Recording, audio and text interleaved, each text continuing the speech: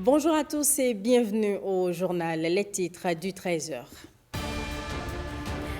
C'est déjà la rentrée des classes. Écoliers et élèves ont repris ce lundi le chemin des classes. Quelle était l'ambiance chez les tout-petits en ce premier jour de la rentrée? Immersion dans des classes de maternelle et du primaire dans ce 13h. Aujourd'hui, 16 septembre, c'est la journée internationale de la cardiologie interventionnelle instituée par l'Assemblée des Nations Unies. En 2022, cette célébration donne l'occasion de mieux connaître les maladies cardiovasculaires, leurs complications et les moyens de les prévenir. Et puis, on revient sur la célébration de la Gani à Niki. Au menu de ce rendez-vous culturel, plusieurs activités, dont la parade des chevaux et la foire économique et régionale.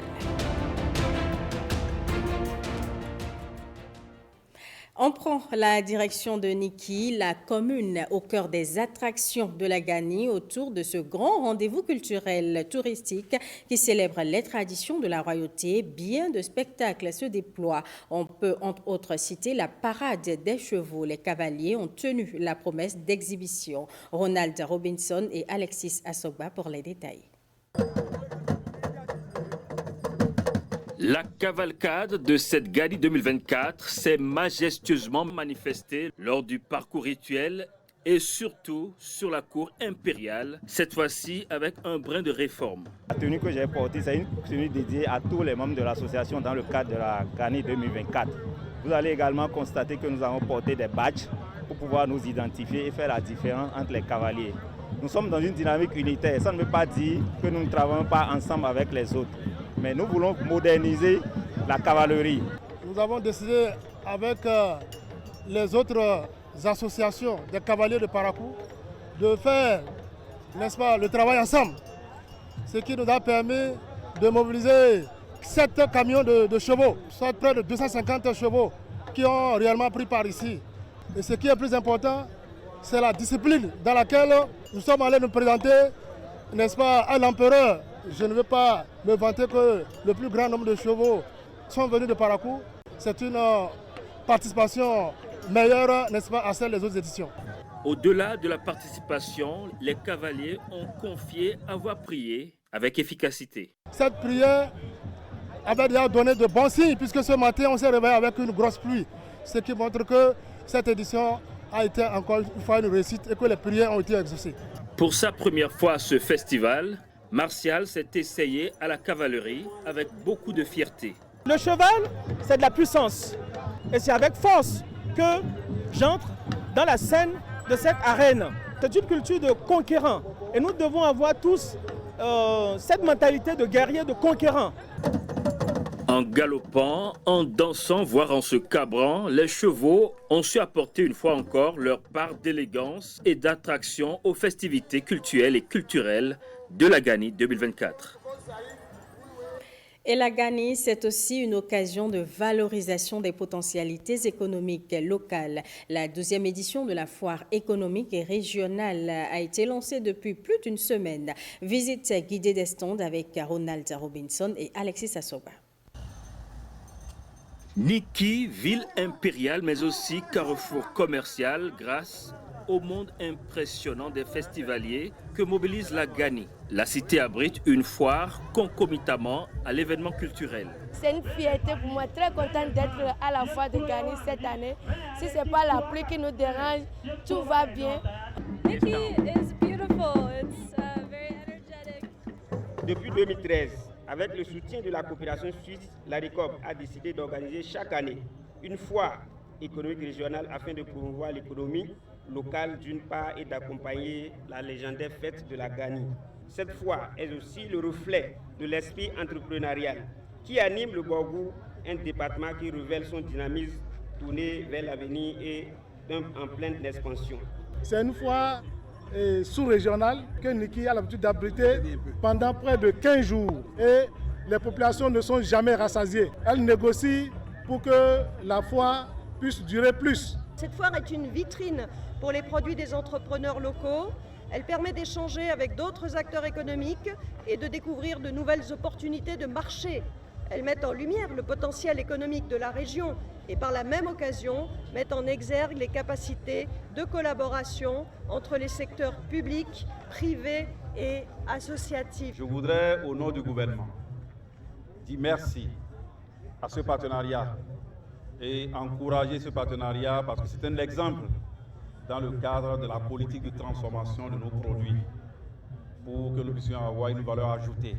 Et vous savez tous que ça fait partie des priorités de notre gouvernement. Cette foire économique et régionale, qui est à sa 12e édition, vise à promouvoir l'économie locale à travers la mise en valeur des potentialités et la facilitation des débouchés aux produits locaux et artisanaux du Borgou. Et on reste toujours dans l'ambiance de la Gani. Tout le gratin politique s'y est donné rendez-vous, notamment les membres du parti Union progressiste Le Renouveau. Le sujet de Ronald Robinson et Alexis Assogba pour les détails. Grâce à l'initiative et à l'accompagnement du parti Union progressiste Le Renouveau, des jeunes du mouvement politique touchent du doigt la Gani pour la première fois de leur vie. Et vous voyez aussi la mobilisation autour du président Djokbenou. C'est une initiative très noble que nous avons tous applaudi. Tous les jeunes de la délégation sont très contents de cette initiative. Je ne veux pas oublier l'honorable Mariam Diaouga qui nous a permis de bien vivre la fête. Je suis toute heureuse de pouvoir conduire la délégation de l'Union progressiste, qui est mon parti politique, qui a accompagné l'initiative de l'expédition Gani en sponsorisant à plus de 20 jeunes de venir vivre et de découvrir les festivités de la Gani. Je profite de votre micro pour remercier d'abord le président Patrice Talon qui a vu juste que Niki, la fête de la Gani, a besoin effectivement d'un joyau. Ce palais somptueux qui vient rehausser la culture Batonou, qui aujourd'hui, je pense, fait la fierté de nous, les Baroutem, du Bénin entier. Pour Joseph Djokbenou, la participation à cet événement est une immersion dans les valeurs culturelles. Cette fête a lieu dans les circonstances, vous le savez, de l'introduction à l'Assemblée nationale de la loi qui traduit la volonté souveraine de notre peuple de reconnaître et de rendre actives nos chefferies traditionnelles, ce qu'il faut saluer. Et nous espérons qu'à l'avenir, elle sera mieux organisée. Parce que ici, ce n'est pas seulement le Bénin, ici c'est la sous-région, c'est le Nigeria, c'est le Togo et c'est ailleurs. C'est nous-mêmes, c'est ce que nous avons de plus essentiel. C'est ce sur quoi le Bénin est fondé. Et nous sommes très heureux d'avoir pris part à cette belle fête. Ces jeunes, mobilisés autour de leur leader, ont pu se délecter admirablement des animations de la Gani et rêvent de la poursuite de l'initiative afin qu'elle impacte positivement plus de militants. Loin de la Gani, pendant 2 lunes tout entière, la petite école a dormi, mais elle s'est réveillée ce lundi. C'est déjà la rentrée des classes. Écoliers et élèves ont repris le chemin de l'école chez les tout-petits de la maternelle et du primaire. C'est parfois un jour particulier entre pleurs et chants, immersion dans des classes de maternelle et de primaire avec Saint-Tiche Quincemont et Jules Akweikou.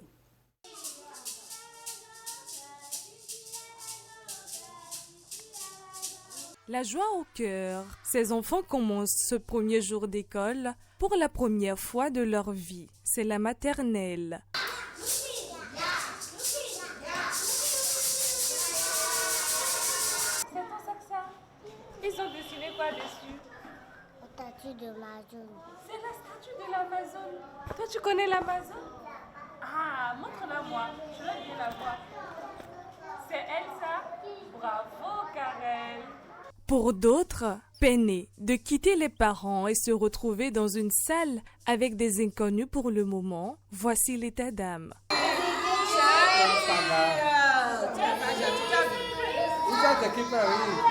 Au premier jour, il y a les enfants qui pleurent, on essaye de les calmer. Quand on est meilleur, nous sommes dans le domaine, on n'y peut rien. Les premières semaines, on essaie de s'amuser avec eux, avec les chants, les poésies. On les calme avec les jeux, tout ça là. Quittons la maternelle pour le primaire. Dans cette classe de CI, l'ambiance est déjà plus familière entre les enfants et le maître en ce premier jour.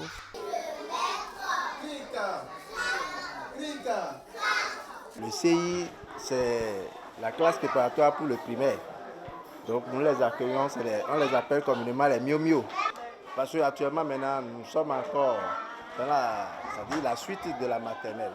Maintenant, ceux qui avaient déjà fait la maternelle, ils sont déjà habitués et ils se sentent déjà en famille. Et d'ailleurs, ils ont les amis qui sont déjà là, donc ils se parlent entre eux d'abord. Rianne est au CE2 et pour elle, fini la distraction et place au cahier. Bien, c'était bon. Je me suis bien mariée avec mes camarades. Maintenant, aujourd'hui c'est la rentrée. Je vois encore mes anciens camarades et je suis très contente pour la première évaluation. Je pense être la première de ma classe. Un engagement qui est partagé de plusieurs en ce début d'année scolaire avec pour but de faire la fierté des parents. Vous venez à l'école? Bonne rentrée des classes à toutes et à tous. Intéressons-nous aux performances scolaires de l'année écoulée. Les meilleurs élèves ont été récompensés dans le département du Borgou. Au cours de la cérémonie de remise de l'eau, les bénéficiaires ont reçu quelques notions de développement personnel et professionnel. On retrouve Ronald Robinson et Alexis Assoba. Telle une mère Noël engagée pour l'avenir des enfants, la générosité de cette digne fille de Niki s'est encore manifestée en faveur des meilleurs lauréats au CEP, au BPC et au baccalauréat 2024 dans les 8 communes du département du Borgou. Nous sommes très fiers de recevoir ces prix et nous souhaitons vous exprimer notre profonde gratitude pour nous avoir fait l'honneur de cette cérémonie dont nous garderons longtemps les souvenirs émus. Nous profitons de cette occasion pour rendre hommage à nos enseignants, nos directeurs, tous les acteurs de l'éducation, car sans eux, nous n'en serions pas là aujourd'hui. Ces meilleurs élèves à l'honneur et aspirant à l'excellence ont eu droit, à travers une communication, à quelques clés pour un meilleur épanouissement. Au-delà de la réussite académique, c'est également comment est-ce qu'on peut planifier son avenir. Comment tout en étudiant et en réussissant sur le domaine des études, le domaine professionnel, on peut se retrouver à avoir un certain équilibre personnel. Nous allons suivre ces lauréats, nous allons leur apporter un soutien, du coaching, de l'accompagnement, de façon à ce qu'ils restent engagés dans cette voie de l'excellence. Notre pays a besoin d'hommes et de femmes qui donnent le meilleur d'eux-mêmes et ça commence dès le bas âge. Je profite aussi plus largement pour porter le message d'encouragement des parents à maintenir leurs enfants à l'école. Filles comme garçons, nous allons continuer à travailler, à soutenir l'excellence dans le Bénin et au-delà même, dans le secteur du numérique et plus largement dans le domaine de l'éducation. Nous remercions Madame la ministre, on va prier Dieu que les années à venir, que ça se répète. Parce que nous qui sommes là, on n'a jamais bénéficié de ce truc-là. Sinon aujourd'hui, on serait des champions plus. Le Bloc républicain a apporté son soutien à la Fondation Hystérésis avec d'autres dons en fournitures scolaires pour accompagner des enfants aspirant également à l'excellence. Célébration de l'excellence toujours. Les meilleures filles au BEPC et au bac 2024 prennent part à l'initiative Tournée de l'excellence. Les jeunes filles d'aujourd'hui, les grandes dames de demain. Une initiative qui leur donne l'occasion d'échanger avec des devancières. Le reportage qui va suivre revient sur les échanges avec Christelle Rondongo, directrice administrative du parti Union progressiste, le Renouveau. Estelle Pazou. Vous aurez donc une mentor, une maman qui va vous écouter, qui va vous conseiller. Ça n'a pas de prix. Moi, je n'ai pas eu ça. Vous l'avez, vous devez saisir l'opportunité. C'est au bout de l'ancienne corde qu'on tisse la nouvelle. Une citation traduite en actes par le mouvement Ensemble pour une nouvelle ère qui donne l'occasion aux 3 meilleures filles au BEPC et au bac 2024 des 8 communes du Borgou d'échanger avec une devancière. Objectif, nous avons vraiment d'amener ces filles, à la découverte des institutions de la République, 2, rencontrer des figures féminines inspirantes du pays, 3, bien sûr, découvrir la ville. Et donc, c'est dans ce cadre-là comme figure inspirante du Bénin. J'ai pensé que l'ADEA fait partie vraiment de ces figures inspirantes et qu'elle pouvait servir de modèle pour nos jeunes filles, être également influenceuse dans l'avenir de ces jeunes filles-là. Et nous ne sommes pas trompés. Des échanges qui ont porté sur plusieurs sujets de la vie, tant personnelle que professionnelle. Choisissez des petits amis qui peuvent vous accompagner dans vos études et vous apporter quelque chose. Ce n'est pas les petits qui peuvent vous amener tous les week-ends en boîte, dans les buvettes. Non, on a un petit ami, c'est quelqu'un avec qui je peux construire. Et donc, si je dois construire avec lui, il faut qu'il m'aide à ce que je finisse mes études. Vous devez vous engager dans plus de disciplines. Vous avez des enseignants hommes, vous êtes des jeunes filles. Ne vous laissez pas à la facilité. Les avances qu'on peut vous faire d'une manière ou d'une autre, que vous puissiez savoir les rejeter avec beaucoup de respect. Il y a vous-même votre volonté personnelle de ce que vous voulez devenir. Est-ce que je veux m'habiller avec les jupes jusqu'au niveau des fesses à l'université? Est-ce que je suis à l'université, je me mets avec les tresses qui viennent jusque sur les fesses? Qu'est-ce que je fais pour être respectée et qu'il n'y ait pas de tentation autour de moi? Qu'est-ce que je fais pour ne pas faire objet d'agression sexuelle? Qu'est-ce que je fais pour être en paix dans mon coin, finir mes études et rentrer et aller rechercher un emploi? Je pense que c'est vous-même qui définissez votre avenir, c'est vous-même qui prenez des engagements par rapport à votre demain. Dans le cadre de l'initiative Tournée de l'excellence jeune fille d'aujourd'hui, grande dame de demain, les bénéficiaires ont aussi eu l'occasion de rencontrer la ministre des Affaires sociales et de la microfinance pour le même exercice. Dans le reste de l'actualité, halte sur l'humanitaire avec cette remise de motos aux médecins et de matériel aux agents de santé communautaire des départements de l'Atlantique, du littoral et de l'Ouémé. Un geste pour renforcer l'accès aux soins de santé. C'est l'un des axes du projet Combler les écarts, santé communautaire, ressources humaines en santé et nutrition. Christelle Tongodo, Wenceslas Aroyement. Un homme, une mission, des moyens. Et les moyens, ce n'est plus ce qui manque à ces médecins et agents de santé communautaire. Ces lots d'équipements vont leur permettre de mener à bien leur mission, celle d'améliorer la couverture sanitaire dans les zones difficiles d'accès. Au total, il sera remis à l'ensemble des médecins déployés dans cette première phase 118 motos immatriculées avec contrat d'assurance et casque. Et pour les agents de santé communautaire, ils recevront 20 485 boîtes à images sur les thématiques de maladies transmissibles, maladies non transmissibles, santé des adolescents et éducation sexuelle. Ils recevront également 5000 tablettes équipées de kits de connexion Internet, de 5000 powerbanks pour garantir l'autonomie prolongée de la batterie des tablettes et 4151 kits de travail composés d'une caisse métallique dans laquelle nous avons des paires de bottes, un imperméable, un badge, un gilet d'identification. Ces équipements constituent pour nous un soutien essentiel qui non seulement facilitera nos déplacements, mais améliorera également la réalisation de la mission importante qui nous est confiée. Cette remise de matériel roulant et de kits de communication constitue donc une étape clé dans la mise en œuvre du projet Combler les écarts, santé communautaire, ressources humaines en santé et nutrition. Le ministère de la Santé, à travers le projet Combler les écarts, a déjà déployé à ce jour, pour le compte de la première phase, 118 médecins sur les 400 prévus, 90 infirmiers sur les 200 prévus, 99 sages-femmes sur les 200 prévus, 275 hygiénistes de salle sur les 600 prévus, 409 agents de santé communautaire qualifiés sur les 416 prévus et 3681 relais communautaires sur les 3741 prévus. Aujourd'hui, avec la remise de ces motos aux médecins, nous veillons à ce qu'ils puissent accomplir leur mission dans des conditions optimales en accédant plus facilement aux communautés qui ont besoin de leur expertise. À travers cette dotation, le gouvernement aspire à réduire significativement la morbidité et la mortalité, améliorer l'espérance de vie ainsi qu'à diminuer les maladies infectieuses et les taux de malnutrition dans le pays. Et on reste dans le domaine de la santé, j'y arrive. En 2022, l'Assemblée générale des Nations unies a proclamé le 16 septembre Journée internationale de la cardiologie interventionnelle. Depuis lors, elle invite chaque année les pays à la célébrer afin de mieux faire connaître les maladies cardiovasculaires, leurs complications et les moyens de les prévenir. Estelle Pazou nous propose à ce sujet le commentaire que voici.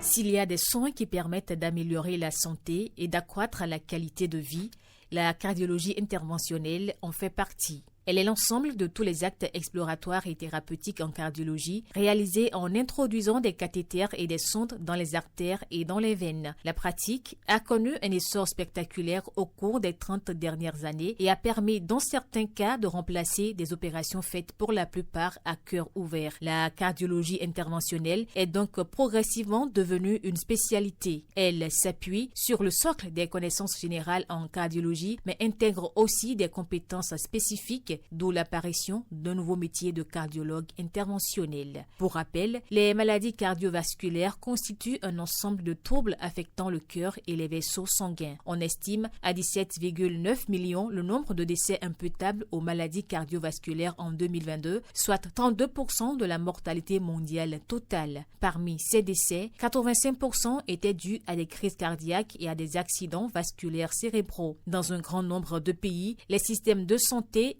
nécessite des investissements importants et une réorientation pour prendre en charge efficacement les maladies cardiovasculaires. Au Bénin, le centre hospitalier international de Calavi, qui sera bientôt mis en service, dispose d'équipements médico-techniques de haut niveau capables de prendre en charge les pathologies les plus complexes. Il s'agit d'un hôpital public qui sera ouvert à tous les patients, mais qui se positionne comme un hôpital de référence pour les pathologies nécessitant des réponses adaptées que les hôpitaux de niveau inférieur ne peuvent pas fournir. Il était érigé en 2011 pour renforcer l'infrastructure portuaire. L'épi d'arrêt de sable était censé durer au moins 50 ans. Mais déjà, l'ouvrage se dégrade et l'exécutif, à la faveur du dernier Conseil des ministres, autorise une contractualisation en vue de la réparation définitive de l'ouvrage. Regardez.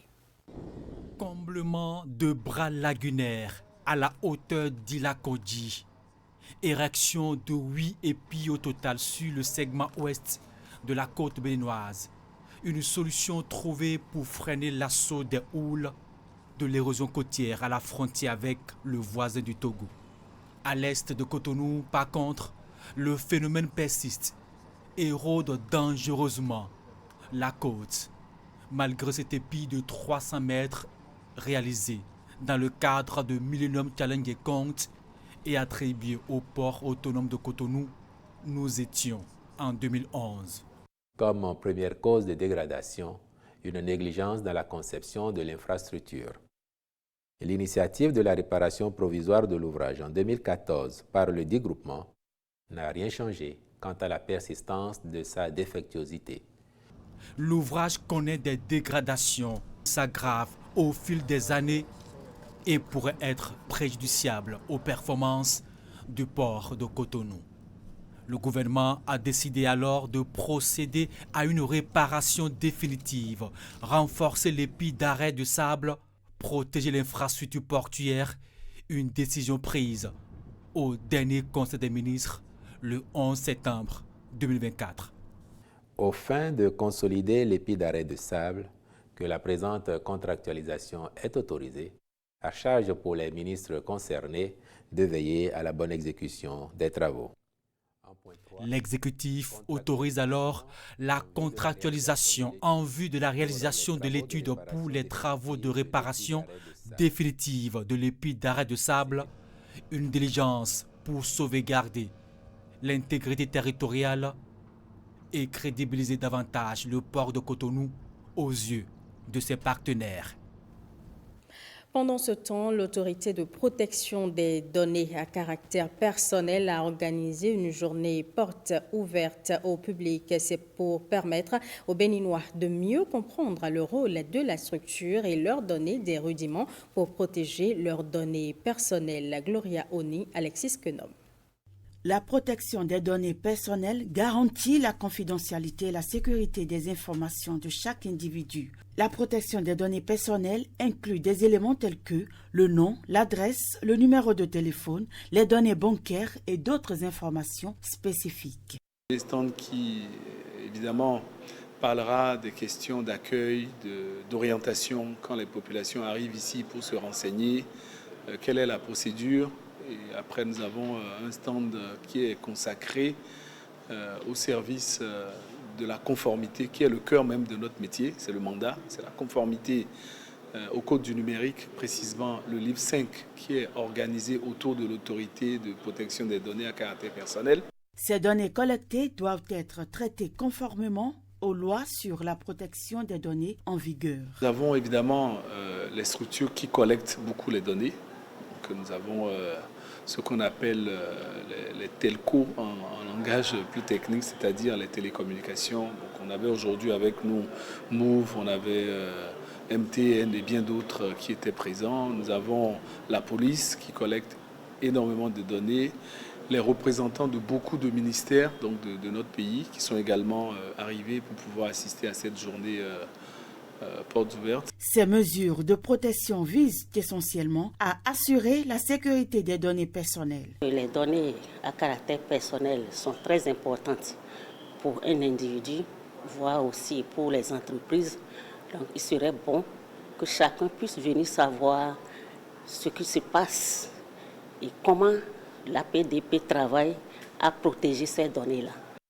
L'APDP, Autorité de protection des données à caractère personnel, a ainsi fourni des outils permettant à chaque individu de suivre et de contrôler ses données personnelles.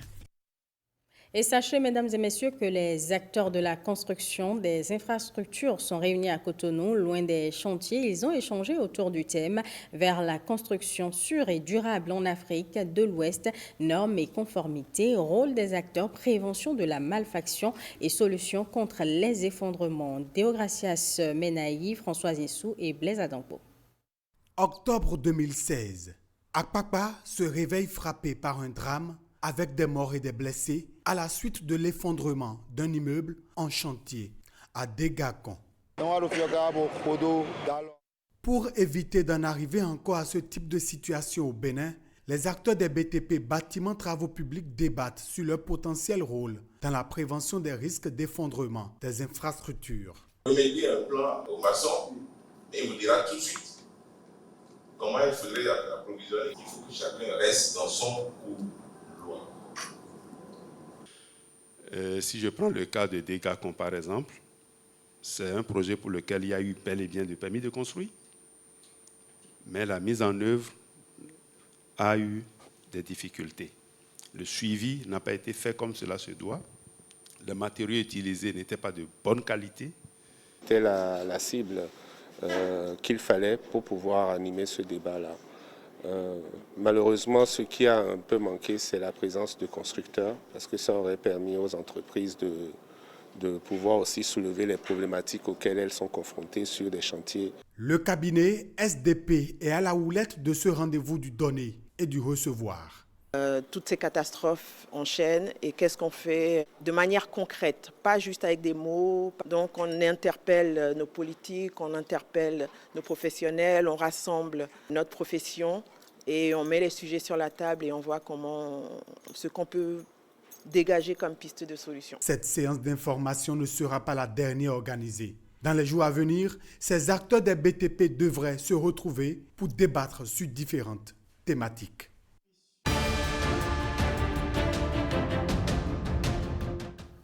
L'actualité internationale nous conduit en Pologne. Le pays est en proie à des inondations. Nous irons aussi en France et en Ukraine. Le récit de Christelle Tongodo. Pluie torrentielle, inondations spectaculaires, évacuations par milliers. La tempête Boris sème la dévastation en Europe centrale et orientale et son bilan s'est alourdi à au moins 8 morts et plusieurs disparus. Des centaines de personnes sont évacuées dans le sud de la Pologne après le passage de la tempête Boris qui a provoqué les pires inondations depuis des décennies dans le pays. En grande partie inondées, les personnes évacuées trouvent refuge dans une école. La Roumanie a payé le plus lourd tribut, mais l'ensemble des pays de la région sont durement affectés, de la Pologne à la Slovaquie. La présidente de la Commission européenne, Ursula von der Leyen, a exprimé dans un message sur X sa solidarité avec toutes les personnes touchées par les inondations dévastatrices.